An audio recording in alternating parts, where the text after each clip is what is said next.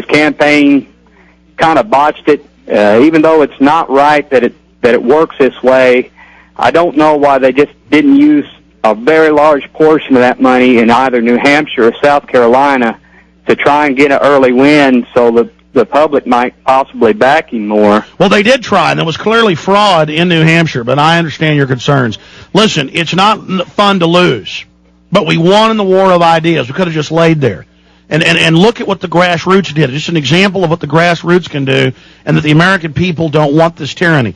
Breaking all those fundraising records, $6.4 million in one day. That broke all records. That was small donations.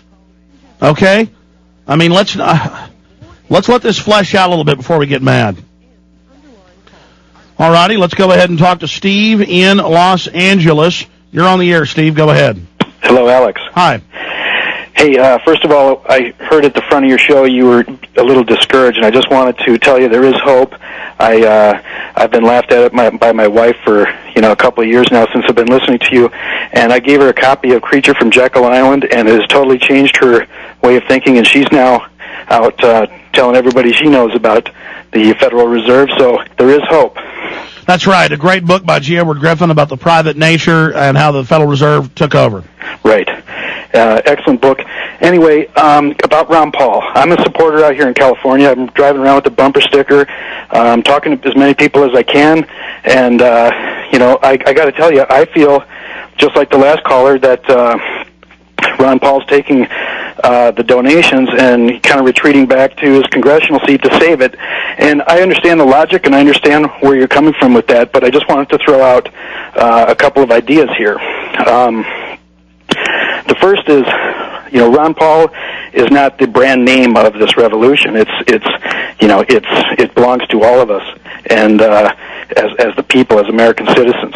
And Ron Paul is not the only one who can stand up for us.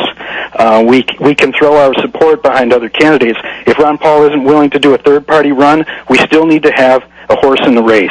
Now, let me just point your attention to somebody who you know, who's been on your show, Cynthia McKinney. She's never backed away from 9/11 Truth. She's never backed away from DynCorp, and I've seen her stand up in Congress and confront Donald Rumsfeld. She has got more courage than anybody who's ever held, as far as I'm concerned, that holds a seat in Congress. And she has given up her local seat. She sacrificed her local seat for her beliefs.